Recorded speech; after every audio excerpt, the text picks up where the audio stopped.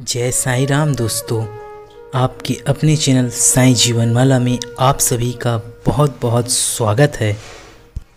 हर दिन की तरह हम लेकर आए हैं सच्ची घटना पर आधारित साईं बाबा की एक कहानी, जिसमें हम स्वयं आपको बताएंगे आखिर क्यों साईं बाबा को अपने भक्त की गवाही देने आना पड़ा कोर्ट।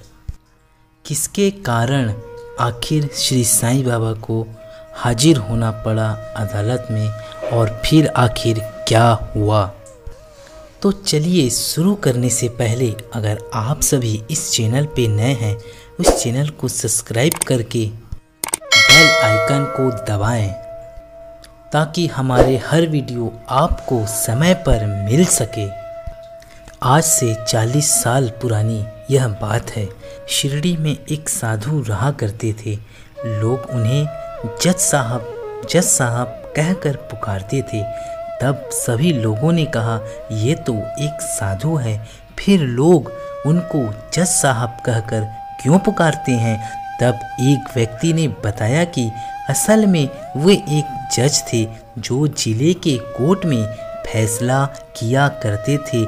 जिले के एक गांव में एक जगदीश नाम का व्यक्ति रहा करता था, जो साईं बाबा जी का परम भक्त था और बहुत ही भोला था। प्रतिदिन साईं मंदिर जाकर प्रभु की सेवा करता था। एक दिन की बात है, जगदीश को उसके पिताजी ने बुलाया और कहा, बेटा तुम्हारी बहन की शादी करना है, जो बहुत ही बड़ी हो गई है और बहुत जल्द हमको शादी करना है। पैसों की ज़रूरत आन पड़ी है, तुम जाकर साहूकार से कुछ पैसे उधार ले आओ और उस पैसों से तुम्हारी बहन की शादी कर देंगे। बाद में साहूकार को ब्याज सहित पैसा लौटा देंगे। तुम जल्दी जाकर पैसे ले आओ। जगदीश उस साहूकार के पास जाकर कुछ पैसे उधार ले आया और वे पैसे अपने पिताजी को दे दिए। कुछ महीने में जगदीश की बहन की शादी बड़ी धूमधाम से हो गई। शादी के बाद जगदीश शहर गया और वहाँ खूब सारे पैसे कमाए और फिर वो अपने गांव वापस आ गया। एक दिन पिताजी को बोला, पिताजी ये पैसे ले लो और साहूकार के सारे पैसे लौटा दो। पिताजी ने कहा, बेटे तुम पैसे लौटा कर आ जाओ, तुमने ही लिए थे तो तुम ही लौटा दो। वो जगदीश उसी समय गया और बोला, साहूकार जी मेरा आज तक का कितना हिसाब है, कितना लौटाना है मुझे। साहूकार ने उसका सारा हिसाब किताब देखकर बताया कि आपके इतने पैसे शेष रह गए हैं, ब्याज सहित। जगदीश ने वे सारे पैसे उसी समय लौटा दिए।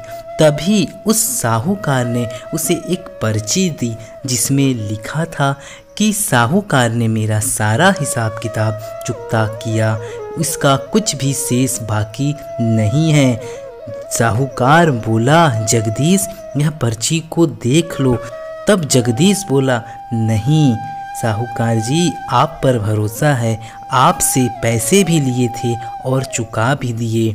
साहूकार फिर से बोला, एक बार देख तो लो कि इस पर्ची में लिखा क्या है।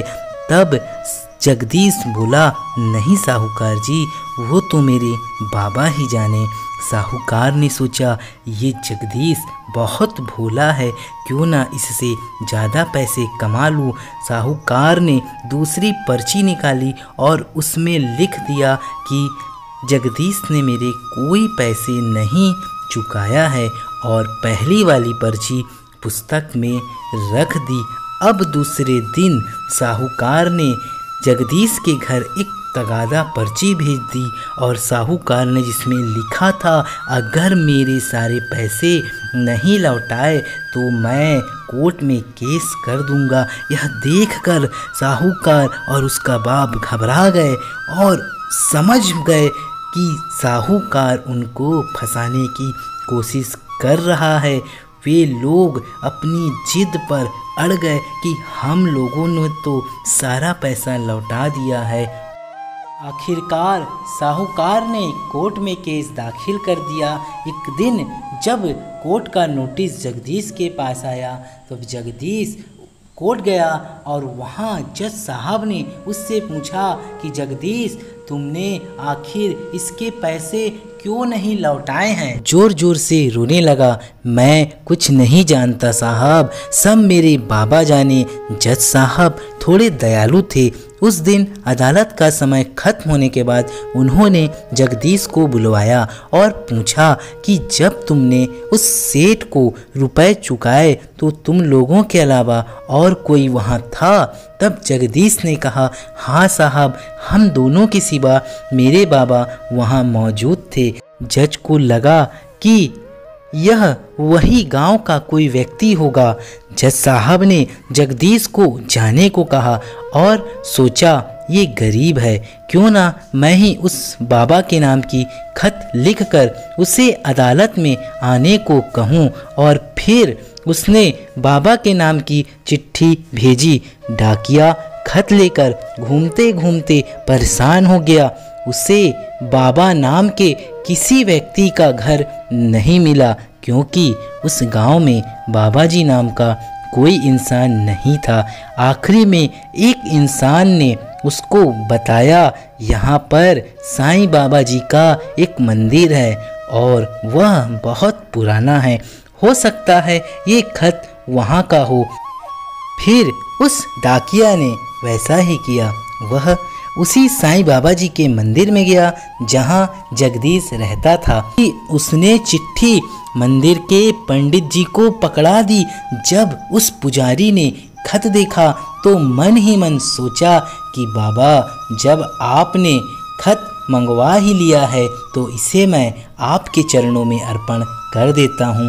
और फिर पुजारी ने डाकिया से खत लेकर दस्तखत कर दिए और साईं बाबा के चरणों में उसे अर्पण कर दिया। साईं से भावुक होकर प्रार्थना की कि बाबा, आपके अलावा इस जगदीश का कोई नहीं है, आपको ही इसकी रक्षा करनी है।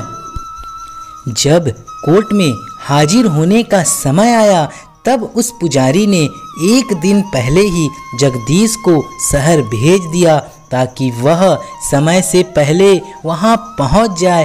और फिर उस अदालत की तारीख के दिन पुजारी सुबह जल्दी से उठकर बाबा को वस्त्र अर्पण कर तैयार कर दिया और फिर प्रार्थना की कि बाबा, आज आप अदालत में जरूर जाएं और उस जगदीश की मदद करें। जब अदालत में जज ने जगदीश से पूछा कि कहाँ हैं तुम्हारे बाबा जी, तो उसने कहा वो तो हर जगह रहते हैं, होंगे कहीं आसपास।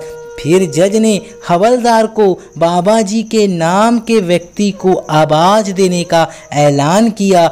जब हवलदार ने जोर जोर से चिल्लाना शुरू किया कि बाबा जी जहाँ भी हो हाजिर हो, बाबा जी जहाँ भी हो हाजिर हो, ऐसा 2-3 बार बोलने में ही सबने देखा कि एक बूढ़ा सा व्यक्ति जिसके माथे में कपड़ा, कंधे में झोली और खड़ाऊ पहने, कमर झुकाए, लाठी के सहारे चला आ रहा है। और फिर उसे कटघरे में खड़ा करके जज ने उससे पूछा कि क्या तुम्हारे सामने इस जगदीश ने साहूकार के पूरे पैसे दे दिए हैं? जवाब दिया कि हाँ। फिर जज ने कहा, तुम्हारे पास क्या सबूत है? तब उस बाबा जी ने कहा कि इस साहूकार को यहीं रोक कर रखो और इसके घर एक पुलिस को भेजकर इसके घर में रखी 2 अलमारी में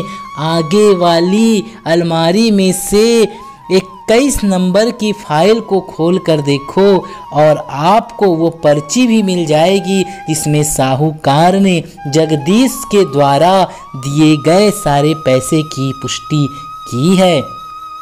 जज ने सिपाही भेजे और वैसा ही हुआ।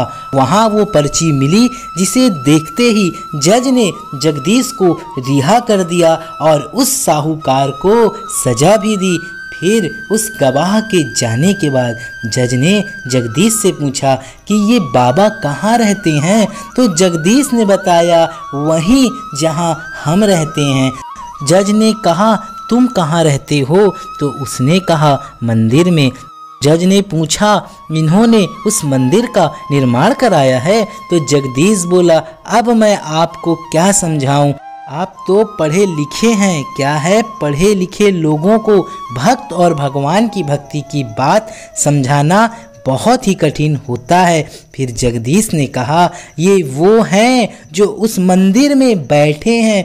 फिर जगदीश के जाने के बाद जज ने उस डाकिया को बुलाकर पूछा कि ये कौन है। फिर उसने बताया कि यह वह इंसान नहीं था जिसको मैंने खत लेते समय हस्ताक्षर किए थे। फिर जज साहब जब उस गांव में गए और उन्हें पूरी घटना का पता चला तो तुरंत अपने घर वापस हुए और फूट फूट कर रोने लगे और उन्होंने उसी वक्त अपने पद से इस्तीफा दे दिया। जब सब ने उनसे कहा ये तो खुशी की बात है कि साईं बाबा के दर्शन हुए आपको, आप रो क्यों रहे हो? तो उन्होंने कहा जिसकी अदालत में हर कोई जाता है वे स्वयं मेरी अदालत में आए गवाही देने और वे खड़े थे और मैं बैठा था। ऐसा बोलकर वे जोर जोर से रोने लगे। फिर जज साहब पूरा वैराग्य लेकर शिरडी चले गए और साधु संत जैसा जीवन बिताने लगे। वे रोज साईं की द्वारिका माई जाते और बाबा की उदी को मस्तक में लगाते और उनके चरणों में लौट जाते और वे हमेशा खड़े रहते। उनका कहना था कि साईं के आगमन में जब मैं बैठा था वो खड़े थे तो मैं भी अब से खड़ा ही रहूँगा। उनका यह भी कहना था कि मैं किस मुंह से बाबा के दरबार में जाऊं, इसलिए मैं बाहर ही खड़ा रहता हूं। तो भक्तों, ऐसी साईं बाबा की दयामयी कहानी का टारगेट हमने 1 लाख लाइक्स रखा है और हमें ये पता है कि ये एक दिन में हो जाएंगे, क्योंकि आप इसमें सोचेंगे नहीं, बस साईं बाबा का नाम लेकर लाइक दबा दीजिए और कमेंट में ये जरूर लिखिए जो जाने साईं जी जाने। नए लोग अभी सब्सक्राइब करें और बेल आइकन दबाएं और हमारे और रोचक वीडियो देखने के लिए स्क्रीन में दिखा रहे वीडियो को अभी देखें। ओम साईं राम।